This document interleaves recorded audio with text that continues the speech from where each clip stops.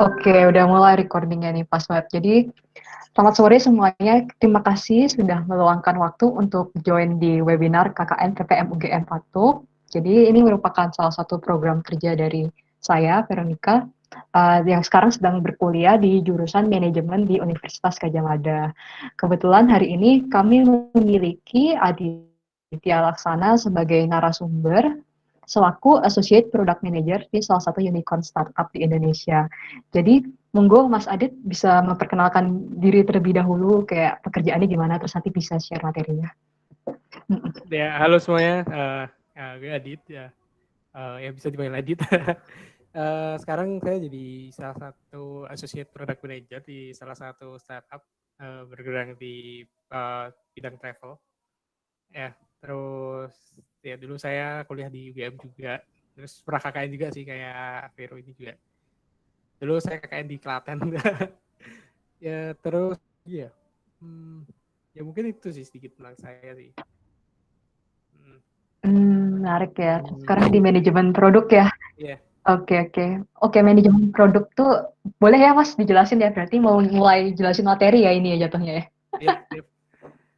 Oke. Nah. Oke, siap, siap, siap. Wah, makasih ya Mas Adit, kayak ada materinya juga nih. Iya, bisa lihat screen-nya saya nggak ya? Kelihatan nggak ya? Bisa, Nah, oke. kelihatan. Ya, mungkin teman-teman masih kurang familiar kali ya kayak product management itu apa sih? Sebetulnya ini kan kayak apa ya, new age job lah bisa dibilang. Jadi kayak pekerjaan yang mungkin 5 sampai 10 tahun yang lalu tuh belum ada title ini gitu. Nah, mungkin buat gambaran awal sebenarnya product management itu apa sih? Saya mulai dengan contoh ayam geprek itu. Teman-teman pasti pernah mulai makan ayam geprek kan? Terus ayam geprek itu sekarang terkenal banget itu. Pernah kepikiran nggak sih kayak pertamanya tuh ayam geprek itu asalnya dari mana gitu? Nah kalau kita lihat sebenarnya kayak kenapa bisa ada ayam geprek itu dulu tuh backgroundnya ke kayak orang pesan ayam goreng nih. Mereka tuh kalau makan kalau pakai sendok itu pasti susah makannya kan, karena ada tulangnya. Terus kalau misalkan pakai tangan, tangannya kotor gitu. Nah terus dari sini tuh dari masalah ini tuh muncul ada suatu inovasi gitu. Gimana caranya orang makan ayam goreng tapi tangannya nggak kotor terus bisa dimakan pakai sendok. Nah terus dari itu ada inovasi gimana caranya sih gitu. Akhirnya ayamnya digeprek kan. Nah digeprek jadi ya akhirnya sekarang bisa disendok gitu. Nah ketika sudah digeprek itu ayam geprek makin keren tuh. Ya pembelinya banyak terus orang juga lebih suka kan kayak lebih gampang makannya gitu. Nah tapi ada suatu saat di mana ayam geprek itu kayak orang-orang udah bosan sama ayam geprek gitu. Nah akhirnya setelah kita kenal ayam geprek yang konvensional ini yang model-model ayam geprek biasa untuk meningkatkan demand masyarakat, meningkatkan antusiasme konsumennya. Akhirnya sekarang kita tahu banyak banget tuh variasi ayam geprek. Ada ayam geprek mozzarella, ayam geprek black pepper segala macam divariasi gitu. Nah ini salah satu contoh apa sih itu product management. Jadi ya ada masalah. Nah dari masalah itu terus muncul suatu solusi. Nah terus ketika solusi itu udah saturated, apa ya mungkin bahasa anunya saturated itu kayak udah orang-orang udah kayak uh, bosen lah dengan kondisi itu. Jadi kayak nggak ada perkembangan lagi. Nah muncullah inovasi lainnya yang mengakibatkan apa ya produk itu jadi lebih berkembang lagi gitu. Nah kurang lebih kayak gitu sih product management itu. Nah mungkin kalau kita ambil contoh Hypergraph ini, misal kita buat sebuah framework, itu di product management tuh kita mulai dengan framework kayak ini. Jadi kita mulai dari problem dulu, terus solusinya apa. Nah terus setelah kita punya solusinya, gimana cara kita mengembangkan solusi tadi itu menjadi lebih efisien, lebih efektif, dan produknya tuh bisa berkembang gitu. Nah, mungkin saya bakal mulai dulu dari dua step di awal. Jadi ini problem sama solution ini. Gimana cara kita menemukan problem terus ya menemukan solusi dari problem itu gitu. Nah, ini step yang paling krusial sih dalam memanage sebuah produk sih. Gitu. Nah, mungkin saya bisa mulai dari contoh langsung kali ya. Jadi katakanlah ada perusahaan nih. Nah, terus di perusahaan ini tuh 40% karyawannya tuh selalu telat 5 menit gitu. Nah, terus manajemen perusahaannya ini mau mengurangi angka orang yang telat ini jadi ke bawah 10% gitu. Nah, ini manajemennya harus ngapain sih? Nah, dari sini mungkin saya lanjutin dulu dari step-stepnya. Kayak gimana sih cara kita menemuin dari problem tadi sampai jadi sebuah solusi gitu. Nah, kalau kita lihat di gambar ini dari step problem ke solusi itu, ini ada namanya design thinking. Nah, step-step design thinking ini kalau kita breakdown ada step understand, diverge, converge, build, sama test. Nah, jadi yang pertama kita harus lakuin itu understand dulu. Jadi gimana cara kita memahami permasalahan itu lebih baik. Gitu. Nah, untuk memahami permasalahan ini itu sebenarnya ada banyak cara sih. Bisa kita pakai framework namanya Five Whys, atau kalau anak-anak teknik industri itu mungkin tahu namanya fishbone analysis itu. Nah, mungkin kalau di sini saya kasih contoh issue tree kali ya. Nah, mungkin praktikalnya kalau dari contoh tadi yang orang-orang manajemennya pengen gimana sih cara karyawannya nggak telat. Nah, ini kita pakai contoh issue tree. Jadi issue tree itu kita memecah suatu masalah yang kompleks jadi ke masalah-masalah yang lebih simpel supaya kita bisa memecah masalahnya lebih mudah gitu. Nah, kalau kita ambil contoh tadi yang manajemennya pengen nurunin orang yang terlambat ke kantor, ini kita bisa mulai dari kenapa sih orang terlambat ke kantor gitu. Nah, uh, kan bisa banyak-banyak macam-macam tuh. Bisa orang terlambat ke kantor tuh karena liftnya rusak katakanlah, atau jalanannya macet, atau karena orang-orang tuh bangun tidurnya telat gitu. Nah, dari masalah-masalah tadi itu sebenarnya masih bisa dipecah lagi gitu. Kenapa sih kenapa liftnya bisa penuh sih kalau jam-jam situ? Oh, karena orang yang datang ke kantor tuh banyak, atau karena um, liftnya cuma 2 gitu. Nah, terus sementara kalau yang karena jalanannya macet, kenapa sih jalannya bisa macet gitu? Itu kan bisa pecah masalahnya lagi kayak, oh ternyata jalannya macet tuh karena ya di Indonesia banyak mobil gitu. Terus karyawan itu banyak yang pakai mobil. Nah, ya, dan seterusnya dan seterusnya. Bisa contohnya mungkin kayak gitu sih. Nah, setelah kita pecah permasalahan tadi menjadi masalah-masalah yang lebih simpel, nah kita akhirnya bisa fokus ke mana sih sebenarnya masalah yang paling berkontribusi sama si masalah terbesar ini yang tadi bikin orang tat. Nah, gimana caranya kita bisa address mana sih masalah yang paling krusial? Nah, ini kita berarti bisa masuk ke step selanjutnya yaitu diverge. Jadi, nah, di step diverge ini kita melakukan brainstorming. Kalau teman-teman familiar dengan brainstorming itu kayak kita mengumpulkan orang-orang yang tahu tentang konteks permasalahan tadi untuk sama-sama nih mikirin solusinya tuh kayaknya gimana sih bagusnya gitu. Nah, jadi dari kita kan tadi dapat nih masalah-masalah tadi kenapa orang bisa terlambat ke kantor gitu. Mulai dari yang ternyata liftnya cuma terus semua karyawan tuh pakai mobil atau ternyata bangunnya pada telat. Nah, dari masalah tadi itu kita discuss bareng sama anggota-anggota tim yang terkait. Terus kita diskusi nih kayak ya masalah mana sih yang paling krusial, terus solusinya kira-kira apa. Nah, di diskusi ini setiap anggota tim itu bisa mengumpulkan kayak ide-ide apa sih uh, solusi apa sih yang cocok buat menyelesaikan permasalahan ini. Jadi kayak kita ngumpulin sebanyak mungkin ide yang ada gitu. Misal tadi karena misal liftnya cuma 2, oh ya udah kita tambah lift aja gitu. Atau ternyata karena jalanannya macet gitu, oh ya udah kita perusahaannya sewa pesawat pribadi gitu. Nah, itu dari ide-ide tadi itu kita kumpulin bisa pakai sticky notes, terus ya dicatat semuanya idenya. Nah, setelah ide kita terkumpul banyak ide-ide tadi dari sekelompok masalah tadi, ini kita lanjut ke step selanjutnya yaitu converge, yaitu memfokuskan solusi mana sih yang paling efektif. Nah, untuk kita memanfaatkan tools namanya impact effort matrix. Nah, impact effort matrix ini ini adalah suatu apa ya framework yang membantu kita dalam mengelompokkan suatu masalah. Mana sih uh, uh, yang gampang kita eksekusi solusinya, tapi membuat impact yang besar itu. Nah, jadi kalau kita lihat di matriks itu ada 4 kuadran. Yang pertama tuh high impact, low effort, terus high effort, high impact, terus high effort, low impact, sama low impact, low effort.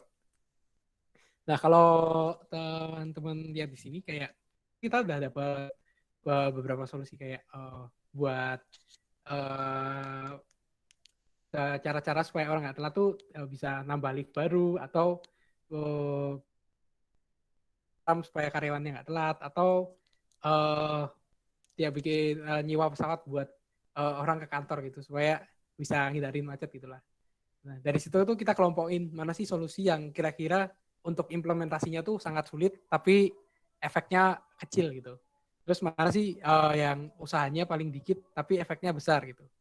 Misalkan contohnya kayak tadi, oh karyawan tuh banyak yang bangunnya terlambat gitu ya. Terus oh ya kita bikin ini aplikasi alarm buat karyawan gitu. Itu kan untuk dibandingkan membuat aplikasi alarm dibandingkan membangun lift baru kan usaha yang dikeluarkan kan lebih dikit membuat aplikasi alarm gitu kan.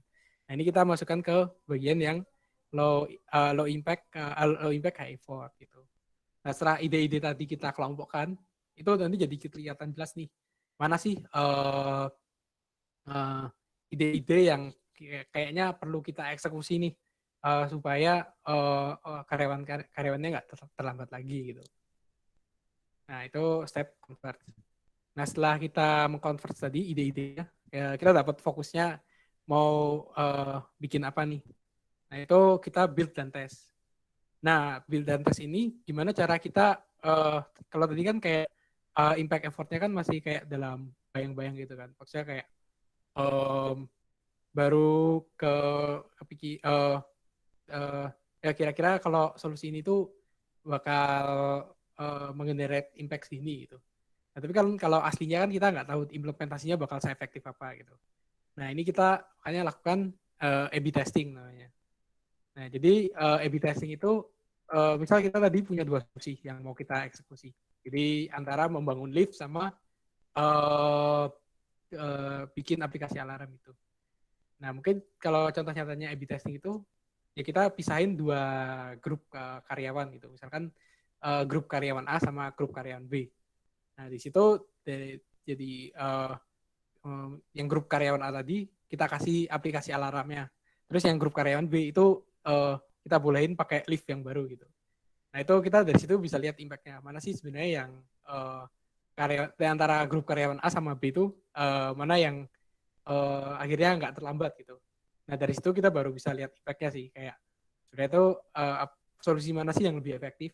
Nah dari situ baru kita bisa implement langsung buat jangka panjangnya. Oh solusinya ini gitu. Nah, mungkin kalau saya ringkas yang tadi, ya jadi kita kan tadi mulai dari suatu permasalahan gitu kan. Kayak banyak nih orang terlambat datang ke kantor gitu. Nah, terus kita muncul dengan banyak solusi gitu. Bisa nambah lift, bisa ya nyewain mobil, bisa uh, bikin aplikasi alarm buat karyawannya gitu. Nah, tapi dengan melibatkan banyak orang tadi itu kita bisa jadi tahu kayak hambatan-hambatannya tuh apa aja sih. Terus kita bisa kelompokin ide-idenya. Terus uh, mana ide-ide yang kira-kira tuh generate impact lebih besar gitu. Nah, setelah kita fokus dengan ide tadi, baru kita bisa implementasi, terus evaluasi kayak, yo hasilnya itu sebenarnya kayak gimana sih uh, antara ide yang dieksekusi sama hasil yang dikeluarkan. Gitu. Balik ke sini tadi, itu tadi tuh sebenarnya cuman beberapa step buat kita inisiasi dari suatu masalah sampai jadi solusi gitu. Nah, tapi setelah tadi ada kita nemu solusinya, sebenarnya next-nya itu apa sih gitu. Nah, setelah kita nemu solusinya, harusnya idealnya produk kita harus berkembang gitu. Nah, kalau grafik ini sebenarnya tuh uh, cuman apa ya? Yang dua bagian di awal ini tuh cuman katakanlah basisnya lah gitu.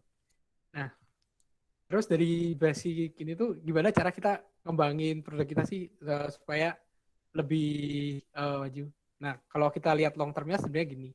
Jadi kalau kita step yang problem solution ini sebenarnya awal ada di bagian introduction ini.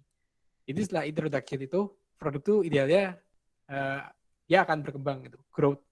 Nah, terus setelah mencapai growth, dia akan mencapai maturity gitu. Dimana kayak ya kayak ya contoh yang ayam geprek tadi itu suatu saat akan ada poin di mana peminat ayam geprek itu udah kayak bosan gitu. Nah, di situ uh, bakal ada nih kayak proses apa ya? Iterasi gitu. Jadi uh, kan kalau contoh tadi kita mulai dari suatu masalah. Nah, proses memulai dari suatu masalah ini akan muncul terus sampai di maturity tadi. Jadi setelah produk kita berkembang, kita mencari lagi, uh, dari yang produk yang udah ada ini apa sih yang bisa kita improve gitu. Nah, mungkin kalau jelasnya saya kasih contoh kayak gini kali ya. Teman-teman pasti pernah naik Gojek kan ya. Nah, kalau kita tahu Gojek itu kan sebenarnya uh, dia kan datang dari satu masalah. Kayak orang tuh sebenarnya pingin cari ojek tuh susah gitu. Karena nggak semua tempat ada tukang ojek gitu kan. Nah, tapi Gojek ini itu dia memudahkan orang gimana caranya orang mesen ojek tanpa tanpa harus nyari ojek secara langsung itu. Nah, pertama dia lewat telepon. Jadi goalnya cuman intinya orangnya bisa pergi ke titik A ke titik B gitu. Jadi dia bisa kita bilang masih di early stage gitu kan. Nah, tapi setelah uh, tujuan tadi permasalahan yang awal tadi udah tercapai, itu pasti akan suatu muncul masalah lagi. Kan katakanlah tadi si Gojek ini udah sukses nih membuat produk yang bisa nganterin orang dari titik A ke titik B gitu. Nah, terus kalau udah bisa nganterin orang dari titik A ke titik B itu apa yang sebenarnya bisa kita improve sih gitu. Nah, dari uh, dari produk yang awal tadi akhirnya bisa kepikiran ternyata orang ojek tuh nggak cuma bisa buat nganter uh, orang doang. Uh, jadi kan restoran tuh banyak tuh. Akhirnya kepikiran kenapa ojek nggak buat nganter makanan juga ya. Nah akhirnya muncul uh, setelah ada proses ini tadi, proses problem dan solutioning tadi muncul produk baru lagi. Jadi kayak kalau kita tahu kan sekarang Gojek kan ada GoFood gitu, ada fitur food delivery-nya gitu. Nah, dari situ kayak uh, skopnya juga makin ini nih mengerucut lagi. Terus juga uh, fokusnya juga makin fokus. Yang tadinya Gojek cuma bisa nganter orang, sekarang ada opsi buat nganter makanan juga. Dan timnya pasti juga bakal semakin besar kan. Itu. Nah setelah timnya sukses meluncurkan fitur delivery makanan, balik lagi ke life cycle yang tadi. Uh, urutan alur pengembangan produk yang tadi kan pasti setelah ada fitur pengantaran makanan tuh ada poin di mana oh ya fitur ini tuh orang udah cukup sering lah makanya jadi kayak uh, ya saturated yang saya bilang tadi kayak uh, ya untungnya dari fitur GoFood tuh cuman segitu-segitu aja gitu. Nah, gimana sih cara kita ningkatin keuntungan dari si fitur GoFood tadi? Nah, dengan step yang tadi yang sama kayak tadi timnya tuh bisa uh, breakdown fokusnya lagi nih kayak uh, uh, gimana sih cara kita ningkatin transaksi GoFood ini. Nah kan bisa oh ya kita bisa nambah restoran lebih banyak terus ya mungkin user experience-nya bisa ditingkatin. Nah dari situ timnya juga makin berkembang lagi jadi yang tadinya cuman dia fokusnya cuman uh, nganterin makanan. Sekarang ada nganterin makanan, tapi gimana cara experience penggunanya tuh lebih nyaman gitu. Terus gimana cara restorannya lebih banyak gitu. Ya itu sih. Jadi intinya kayak ya ketika produk semakin berkembang itu dia akan skopnya kan akan makin luas. Nah ketika skopnya akan makin luas tadi kita butuh banyak lebih banyak tim yang mengkerucut nih. Jadi kayak tadinya cuman retailing app, sekarang kan nganterin makanan, terus ada di tim nganterin makanan itu ada yang ngurusin customer experience, terus ada yang dia sebagai market manager atau orang-orang yang ngumpulin restoran-restoran tadi itu. Ya ini jadi kalau ya kalau kita lihat prosesnya tadi um, itu mulai dari yang ketika sudah dapat suatu solusi ya kita mulai iterasi dengan proses yang tadi saya sebutin di awal ini kayak mulai ya cari permasalahan terus divert, convert, terus build dan test itu sih dari saya. Mungkin ya boleh kalau ada yang mau nanya kali ya. Iya. Oke, siap. Terima kasih banyak ya Mas Adit. Tadi kayaknya banyak banget ya informasinya yang tadi kita baru dapetin tentang manajemen produk. Dan ternyata bisa diaplikasikan juga dalam kehidupan sehari-hari ya. Tadi contohnya yang paling sederhana, contohnya ayam geprek. Terus inovasinya jadi makin banyak ya Mas Adit. Betul, betul. Terus ternyata tadi juga ada contoh-contoh yang pakai fitur dan misalkan contohnya tadi itu aplikasi Gojek ya. Terus juga bagaimana itu bisa diaplikasikan dalam teknologi startup juga ya. Nah, jadi dari awal contoh yang sederhana ke contoh yang besar. Nah, mungkin kalau dari peserta sendiri, apakah kira-kira ada yang mau bertanya ke Mas Adit terkait manajemen produk? Mungkin dari awal mendirikannya, inovasi sehingga pengembangannya. Oke, ini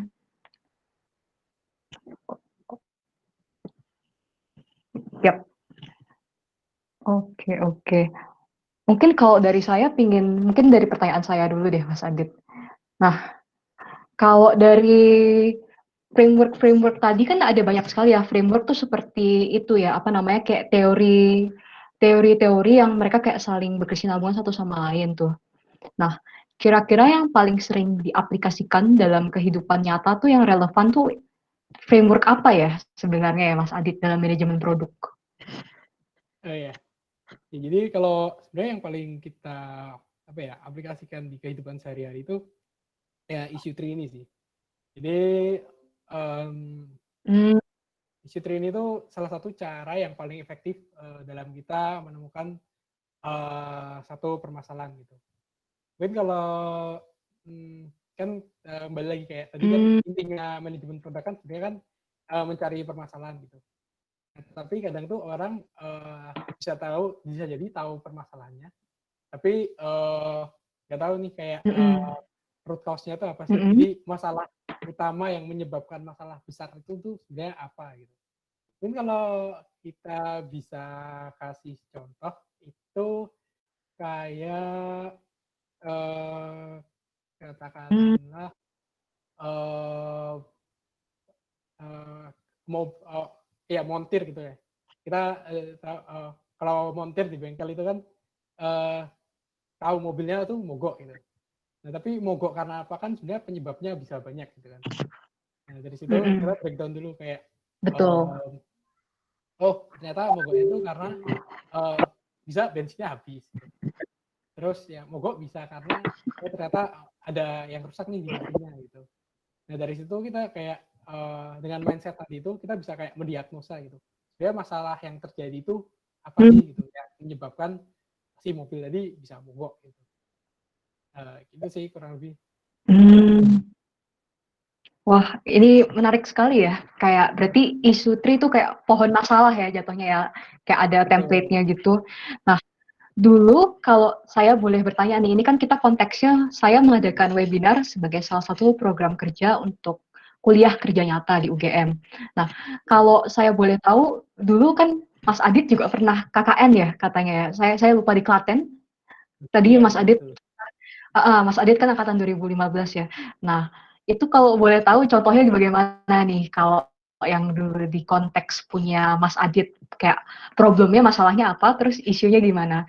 Habisnya kalau takutnya saya yang cerita masalah saya, takutnya konteksnya itu berbeda. Kok Mas Adit kan tahu lebih banyak. Oh iya iya iya. Iya jadi Mhm. kebetulan dulu saya KKN di Klaten juga menerapkan si Mmm, industri ini sih. Jadi waktu itu saya di gimana? desa namanya Jukunalan. Itu produsen Mhm. banyak lele gitu, produsen banyak lele gitu. Nah terus tuh kebetulan waktu itu tuh si desa ini tuh punya um,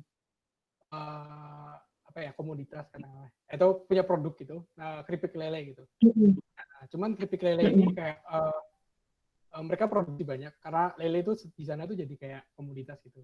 Nah, cuman setelah keripik lelenya produksi banyak tuh kayak udah nggak apa ya penjualannya tuh nggak setinggi supply-nya gitu. Jadi lelenya banyak tapi Mmm, kayak penjualan keripik lele tadi tuh nggak sebanyak nggak betul. begitu lah katakanlah.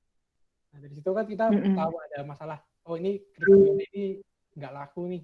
Nah dari situ kita kayak diagnosa sebenarnya kenapa sih keripik lele ini bisa nggak laku. Mhm. Nah itu Mhm kita mhm mhm. permasalahan Betul. dulu. Pertama dari kemasannya ini kayak gimana sih? Apakah kemasannya menarik bagi konsumer atau enggak? Terus ya kita Mmm, cari tahu masalah keduanya kayak sebenarnya keripik lele ini didistribusiin kemana aja sih? Apakah cuman di Klaten atau sebenarnya udah dipasarkan keluar kota gitu. mhm. Nah, terus Mmm, ya mungkin kita limit dari dua masalah itu tadi gitu ya.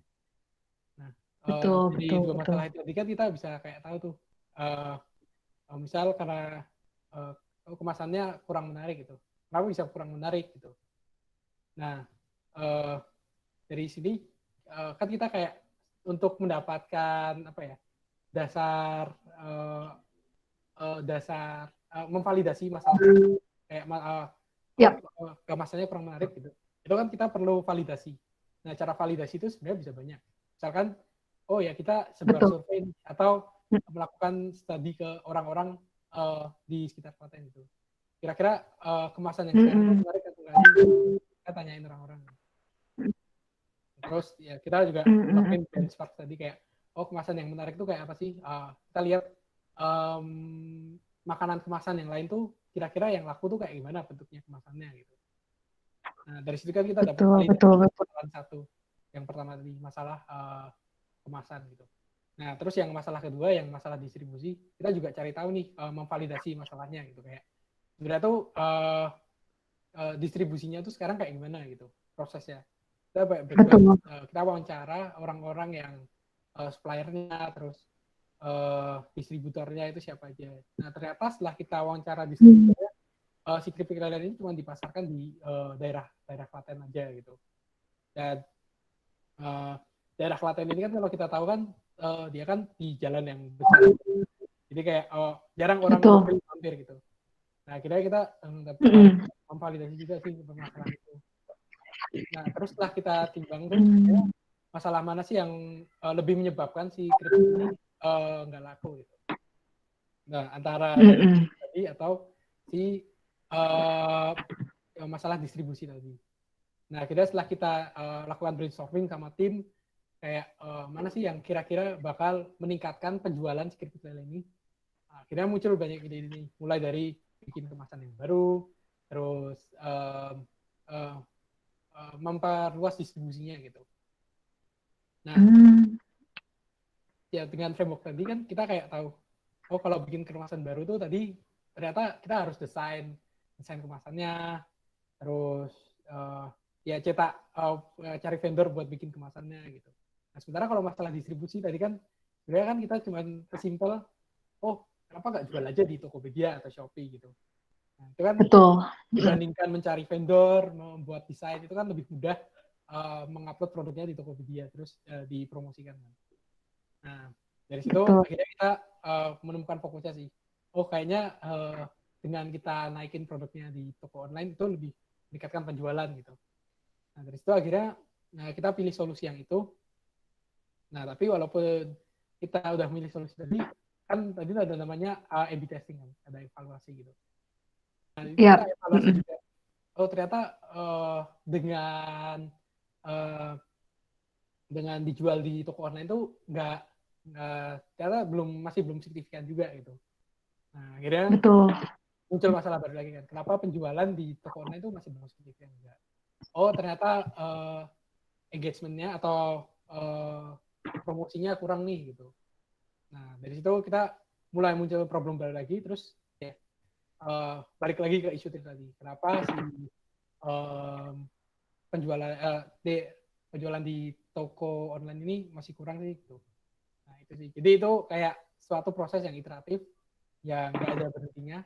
Terus ya kita masih pasti ada opportunity buat kita ngembangin produk kita lagi gitu sih. Itu contoh praktikalnya. Hmm.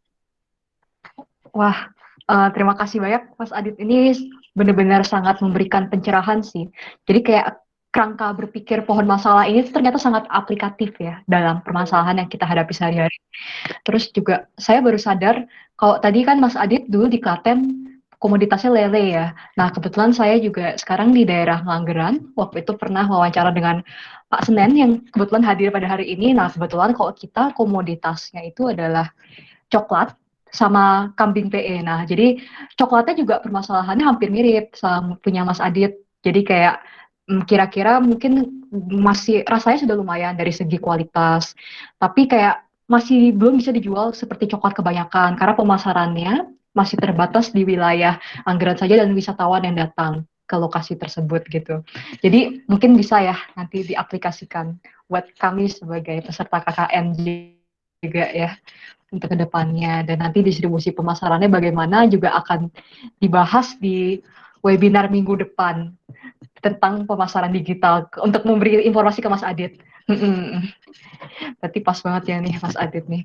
Oh ya, terus kalau dari peserta lain kira-kira apakah ada pertanyaan untuk Mas Adit selaku manajemen produk dari, oh ya nih, Bapak Stefanus.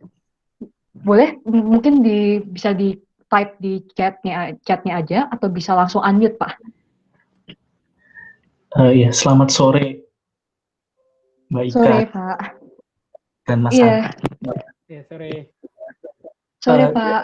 Saya baru join ini webinar karena baru kasih tahu Stefani, jadi mungkin agak melenceng dari topik utamanya webinar ini, karena saya melihat Iya ada nama perusahaan unicorn yang lumayan well known di Mas Indonesia. Stefan. Ya. Betul Mas. Mas Adit Mas Adit kan associate product manager ya. So far yang saya tahu tuh kerjaan product manager itu selain gather information dari business requirement pada akhirnya jadi fitur, boleh kasih insight nggak Mas, kayak tren atau skill apa yang harus diperbaharui orang-orang yang emang bergelut di bidang information system untuk tahun ini sampai 5 tahun ke depan mungkin. Terima kasih Mas Adit. Ya, pertanyaan yang bagus. Jadi kayak sebenarnya kalau bisa dibilang product management ini kan ilmu yang kayak yang saya bilang tadi, kayak pekerjaan yang 5 tahun sebelum ini kan belum pernah ada gitu kan. Jadi sebenarnya ke apa ya, skill utama dari product management itu sebenarnya ownership sama stakeholder management gitu sih. Jadi mau apapun bidang usahanya, kayak misal kalian jadi product manager di Gojek atau di Tokopedia atau di ya perusahaan yang industrinya beda-beda lah. Bahkan misal sekarang banyak product manager di bank gitu. Sebenarnya yang penting tahu punya sense of ownership sih. Jadi ownership itu apa? Jadi ownership itu kayak pengetahuan tentang produknya gitu. Jadi kayak ketika kita memahami jadi suatu product manager atau product owner dari suatu produk, kita harus tahu kayak seluk-beluknya produk itu gitu. Jadi misalkan kita jadi product manager di bank gitu. Kita tahu aplikasi banking gitu. Nah, di aplikasi banking itu kita harus tahu sih kayak seluk-beluknya customer journey-nya itu kayak gimana. Jadi mulai dari orang cara pakainya cara pakai aplikasi ini tuh dari mulai dia daftar buka rekening sampai detail-detail kayak dia cara cari bantuan tuh kita harus paham sih kayak flow-nya gitu. Nah, ketika kita paham flow-nya tadi, itu kita baru jadi bisa tahu mana sih bagian yang nggak efektif gitu. Mana sih bagian yang ada permasalahannya gitu. Nah, dari masalah tadi, akhirnya kita kan bisa kayak melakukan proses tadi gitu. Jadi melakukan uh, ideation yang akhirnya nanti jadi suatu pengembangan dari produk yang udah ada tadi. Gitu sih. Iya. Kalau tools pendukungnya mungkin Mas kayak Jira atau Trello atau project management software gitu yang mendukung. Oh ya. Jadi kalau tools product management tuh sebenarnya ada banyak ya. Ada ya Jira, Trello, Asana. Tapi apapun toolsnya sebenarnya yang penting itu lebih ke framework sih. Jadi kan kalau kita tahu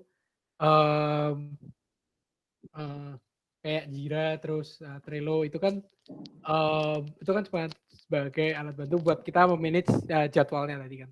Nah, tapi sebenarnya yang penting dari product management ini framework ini sih.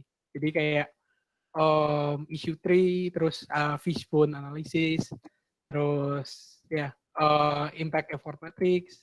Terus kalau teman-teman tahu ada yang namanya Gantt chart itu kayak table yang buat menjadwalkan suatu proyek di timeline-nya kayak gimana sih gitu. Jadi kalau Gantt chart tadi kalau kita implementasikan di tools tadi ya bisa jadi kayak Jira, Trello, Asana itu.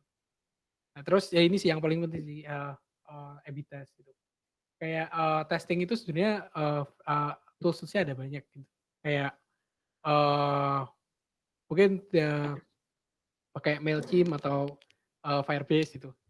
Nah, cuman sebenarnya yang penting tuh konsepnya A/B testing ini sih. Jadi apakah jumlah si populasi yang kita tes itu sudah memenuhi validitas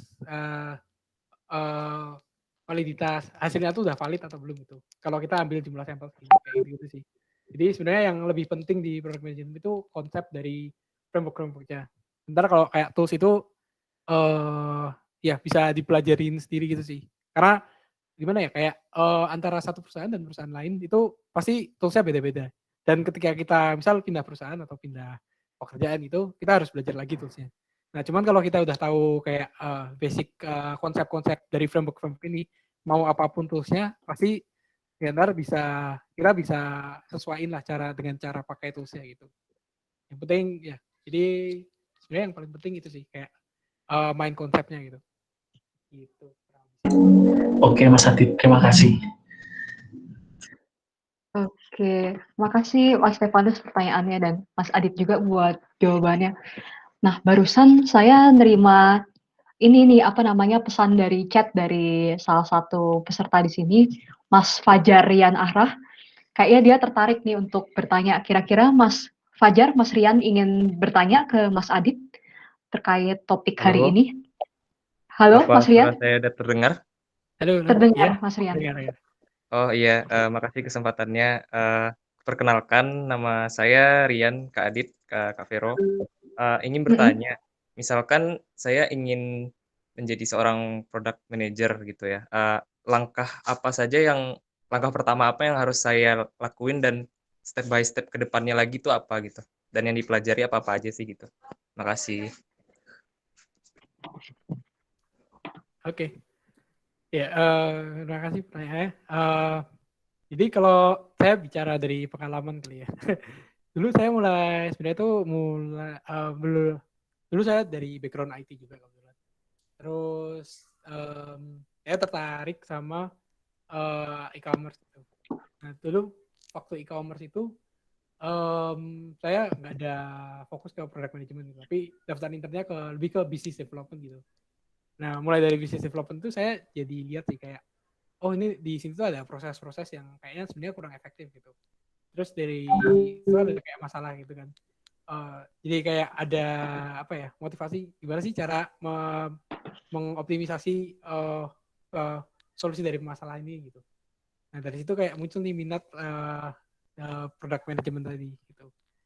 Nah terus ketika muncul minat product management tadi kan kayak sebenarnya kan masih belum tahu kan kayak proses yang proper dalam menyelesaikan masalah itu kayak gimana.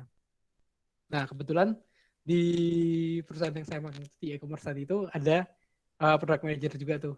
Nah, akhirnya saya kayak konsultasi gitu sih sama dia sih. Eh, ini cara mecahin masalah ini tuh sebenarnya kayak gimana sih gitu. Nah, akhirnya dia ngajarin terus kenalin saya sama product management gitu. Akhirnya tahu sama product management yang sekarang ini gitu sih. Jadi mungkin kalau belajar dari situ yang bisa saya bilang yang paling penting pertama tuh punya mentor sih kalau misalkan mau niat ke product manager.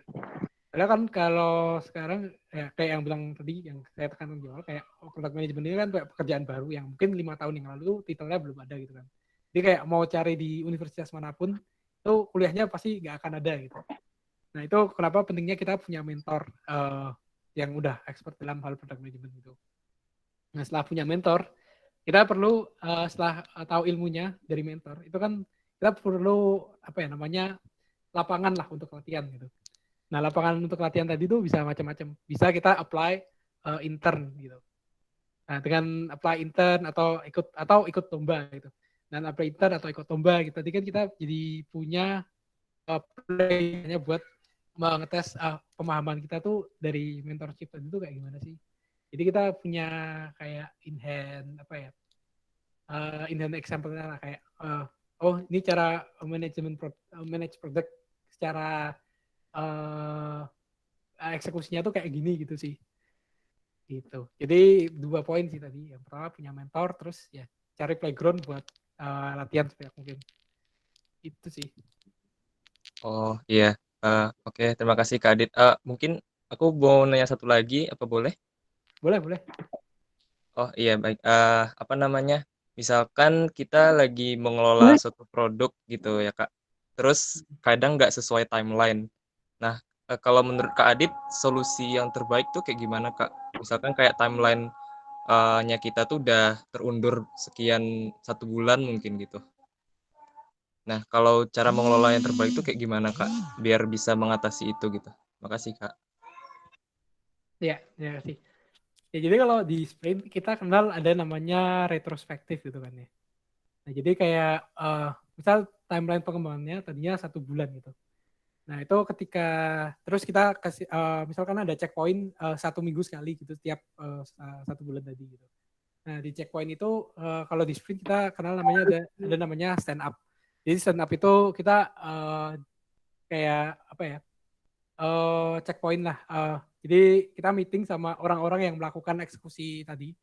Terus kita kayak update progresnya masing-masing.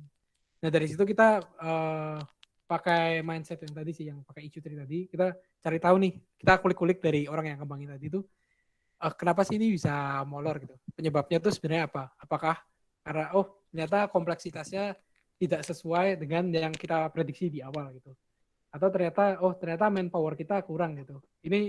Uh, ini pekerjaannya sebenarnya bisa diparalel atau harus 1 orang karena konteksnya nggak bisa di sharing karena dia cuman yang punya tahu dia cuma 1 orang itu yang jadi subject matter expert gitu. Nah hal-hal kayak itu sih yang perlu kita address. Nah dari situ kita tahu kayak apa aksi selanjutnya nih. Apakah kita perlu nambah orang atau sebenarnya ini pekerjaannya kita salah estimasinya gitu. Nah misalkan salah estimasinya berarti kan itu kan memang nggak bisa diapa-apain lagi kan. Yang bisa kita lakukan ya menghubungi stakeholder terus mengasih penjelasan yang reasonable gitu. Kenapa sih proyek ini sebenarnya bisa mundur gitu. Dan ini loh kayak constraint-constraintnya sebenarnya ini gitu. Nah dengan alasan yang valid itu pasti manajemen tuh pasti bakal accept sih kayak maksudnya um, um, ya asal rasional dan valid itu misal proyeknya delay itu pasti bakal di-accept gitu sih. Dan apa ya dari masalah tadi itu kan kita kan bisa tahu kayak penyebabnya apa. Nah itu kita bisa take corrective action. Apakah pekerjaan ini bisa paralel, misalkan bisa paralel kita bisa tambah orang gitu gitu sih. Itu.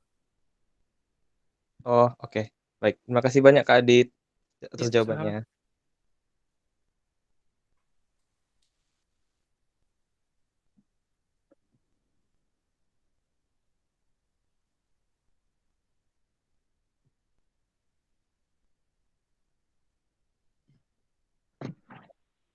Oke, Halo? sip.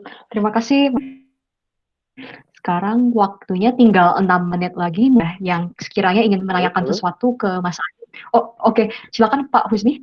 Mau bertanya Pak Husni? Halo?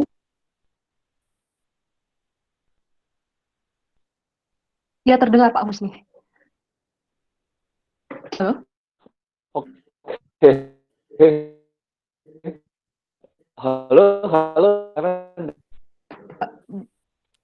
Tidak terdengar suara. Udah dengar ya? Kali Oke. pakai dalam masalah. Jadi dari berbagai masalah itu. Dipencet terus mic-nya. Halo? Halo? Dipencet. Ditahan. Halo, ditahan. kayaknya. Halo, kedengaran nggak? Oh iya, Nah, kedengeran. kalau Sebentar. Pak, jadi mic-nya ditahan mic-nya. Atau bisa di-type di chat aja. Kedengeran, ditahan. Iya. Jadi mic-nya ditahan, mic-nya. Sambil berbicara ditahan, atau mungkin bisa lewat chat saja.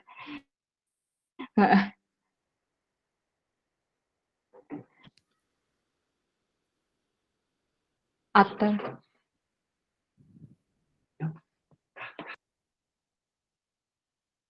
sudah mungkin bisa lewat nanti saya kayak kontaknya Mas Adit.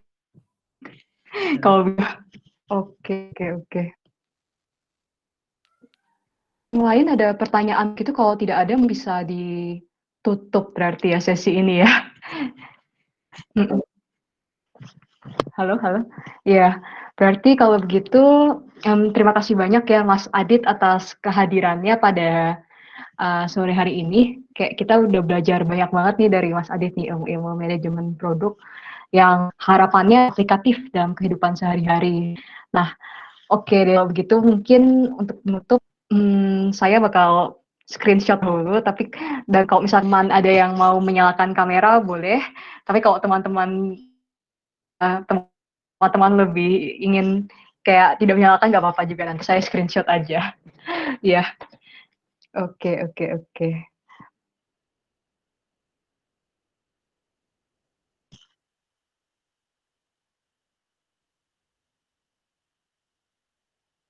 Berarti mungkin saya screenshot terlebih dahulu ya ini ya, buat nanti jadi semacam dokumentasi juga untuk kedepannya. Oke, saya screenshot terlebih dahulu.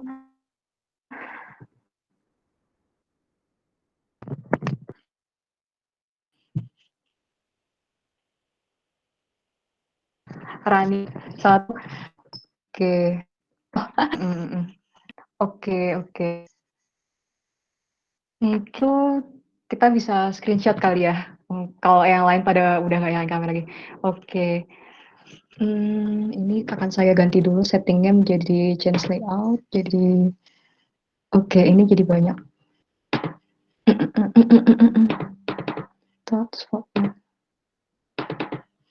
Oke. 1, 2, 3. Ya. Oke. Oke ya, semua sudah bergabung webinar sore hari ini. Kayak kita webinarnya, tapi jangan lupa kayak minggu depan kita juga masih ada webinar bersama owner Jaya Plastik and Tackle, dan juga ada dari Stefani Julieta, perencanaan bisnis. Dan harapannya akan juga untuk diaplikasikan di KKN, di depan sehari-hari teman-teman. Dan ketika oke, kalau begitu akan saya akhiri webinar atas kehadirannya. Berarti sekarang sudah bisa di live room sekarang. Terima kasih Pak Senen juga dan Pak Nasih atas kehadirannya juga selaku Lurah dari Langgeran dan juga DPL saya untuk KKN ini.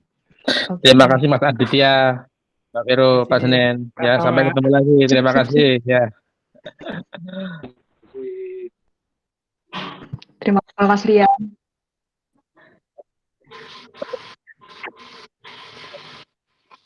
Terima kasih. Maaf ya merepotkan Pak. Terima kasih sudah hadir. Terima kasih juga Pak Senen.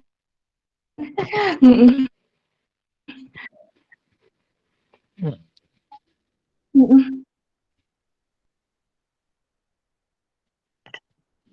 Oke. Terima kasih banyak ilmunya, Kak Rani. Ya, terima kasih banyak sudah hadir.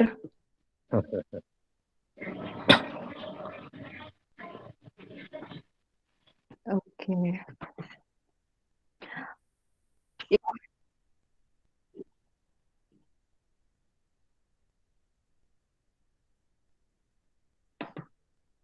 oke.